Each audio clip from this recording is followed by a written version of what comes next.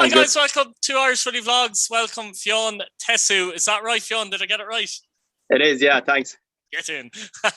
You're a Sligo Rovers fan, obviously, and you're here today to review as well Sligo's start to the season. Obviously, we've a bit of a break at the moment, so it's a time of reflection, I think, for a lot of fans as well. And obviously, Sligo have had a great start. But before we get into that, what were your expectations, Fionn, at the start of the season before the season even kicked off, essentially?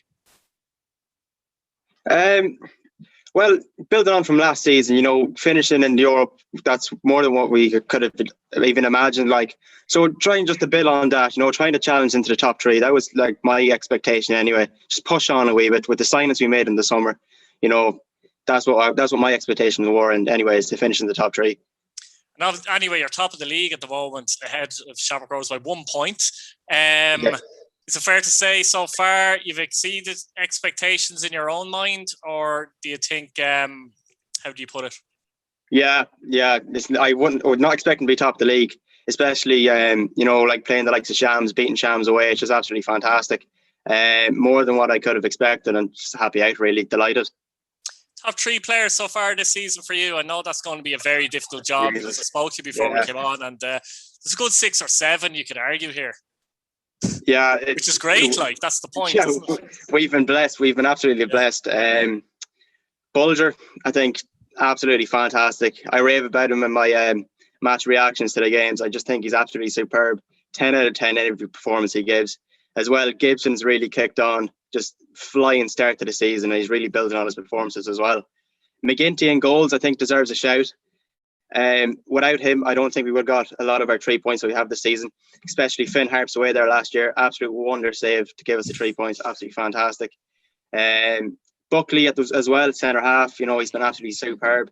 Even though he's not even a centre half by trade, he came in playing midfield for Cork City and then was playing midfield for us last season as well.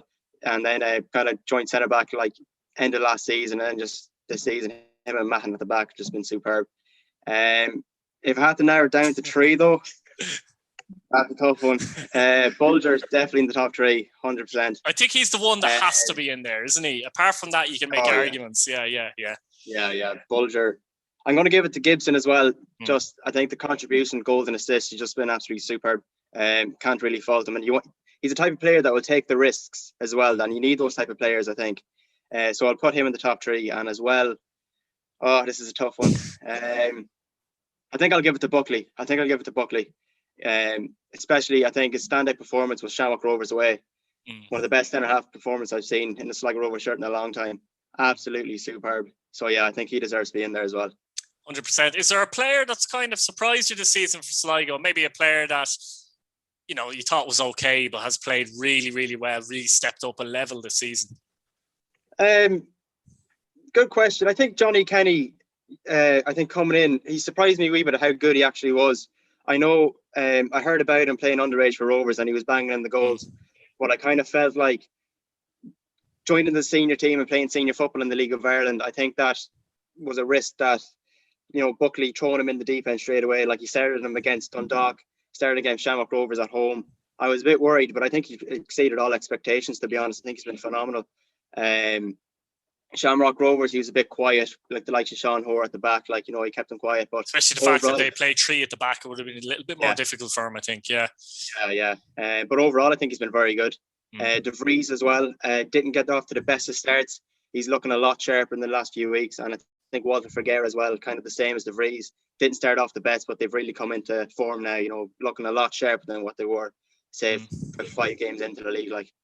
I think with Kenny there, actually, Buckley, as you said, he threw him in the deep end, and I know Buckley well, especially for his time at Pats, and he didn't do that with players, even with good young players like Jamie McGrath and players like that. Yeah. He kind of gave them time and then took them out and gave them time. So that shows to me that he must have been doing something serious in training, because to just start him like that all of a sudden, and there's a lot of young players in the league and they're kind of coming into the teams and they're drifting in and out, which is often the right thing to do.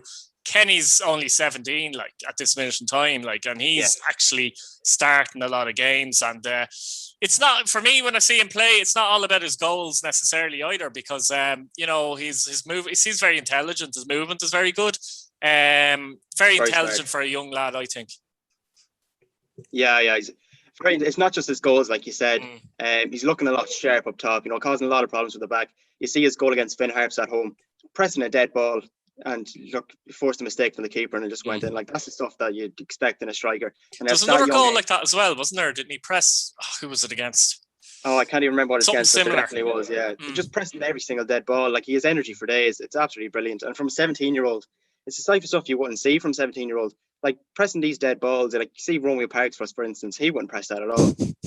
Johnny, like, his work rate is shocking bad. He scores goals, but other than that, like, he does nothing, in my opinion. Johnny Kenny, just absolutely superb. Yeah, brilliant stuff. What do you think has been the best performance this season, team performance for Sligo? Shamrock Rovers away. You think? 100%. Yeah. Absolutely fantastic. Yeah. Look, I never really expect to go to Tala and get a result, to be honest. It's just absolutely unreal. Like, but just I think the way that we came out, I feel like it was a statement of intent really for the rest of the teams in the league, that like we mean business. Like, just the performance, everybody 100%. Even when we went 1-0 up, we didn't sit back. We didn't allow pressure. We still played our game, and look, we got the result. I just think it was phenomenal. I think everybody was 10 out of 10 in my opinion that night, especially Greg Bulger against his former team. I feel like he kind of had a point to prove in a way. Just absolutely fantastic. Yeah, no, he was unbelievable. I described him as a man possessed on that occasion, to be honest with you. Now, this might be difficult in fairness. Again, a good thing, but worst performance of the season. Derry City at home, probably. Lost 1-0. Yeah. I was kind of working and I was only watching it kind of half and half, but it wasn't the best from what I seen. They looked tired, looking running out of ideas. I thought Derry City, to be fair, managed the game quite well as well. And as well, another one that comes to mind is Drogheda away. It was there, it wasn't a great game at all, actually. Yeah, I think we were very lucky to get away with a point from there. I thought Drogheda deserved to win that game 100%. They were phenomenal against us. So those two kind of spring to mind. But were they on the bounce? Do you remember? Was it Drogheda and then Derry you played, or the other way around? I think they were close enough. I think it might have been Derry first. I'm not 100% sure now. I think Derry was the first game. I think Drogheda was after that.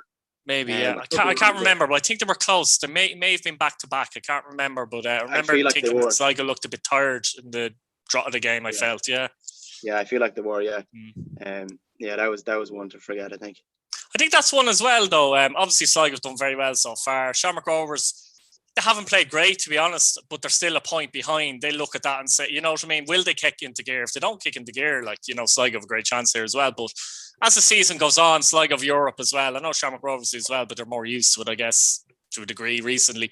But do you think Sligo would have the squad to actually go on? It depends, doesn't it, as well, who gets injured as well and who doesn't get injured. If Bulger gets injured and if Buckley gets injured, you're taking a serious amount out of the team. So it depends. But do you think they've the overall squad who can potentially go all the way? I think we have a good squad as it is, but I still think we're lacking depth in some areas, like centre back. I think you take Buckley or Mahan out. We've Shane Blaney we signed there during pre-season, but he's only made 1 or 2 appearances so far. I still think he's an upgrade in what you had as a backup before, though. Oh yeah, 100%. Yeah. He came on. I can't remember who he played against, but he played very well. But Shane Blaney was playing in centre midfield. He didn't even come on centre half. So I still think we need another centre half as backup. And as well, like you said, if you take Bulger out or even Moorhan out of the midfield, we're lacking serious quality there. So I think centre back, another centre midfielder. Look, I wouldn't say no to that at all. I think that actually you mentioned Moorhan there. Moorhan's a player I like a lot as well, but he's going to learn an awful lot playing with Greg Bulger as well. And this is a good thing for him in a way, because potentially he was coming into this season with a bit of pressure on him, expected to dominate every game for Sligo, with the reputation he had and how he played last season, in my opinion. But Greg Bulger's almost taking that pressure off him, which is great as well. And he is playing well. It's just that Greg Bulger's getting all the headlines, and rightfully so. But that's a good thing, I think, for Niall Moorhan this season as well. He can kind of go along his business with not as much pressure. Yeah, that's it. Let him do what he does best, to be honest. Don't need that added pressure. I thought last season he was fantastic. But having someone like Bulger beside him, it just gives him... I think it gives him the kind of... the license to do what he does best and let Bulger kind of cover him, and it kind of express yourself really. And I think he's been very good this season. I can't even remember anything he's done that bad. He's been absolutely superb.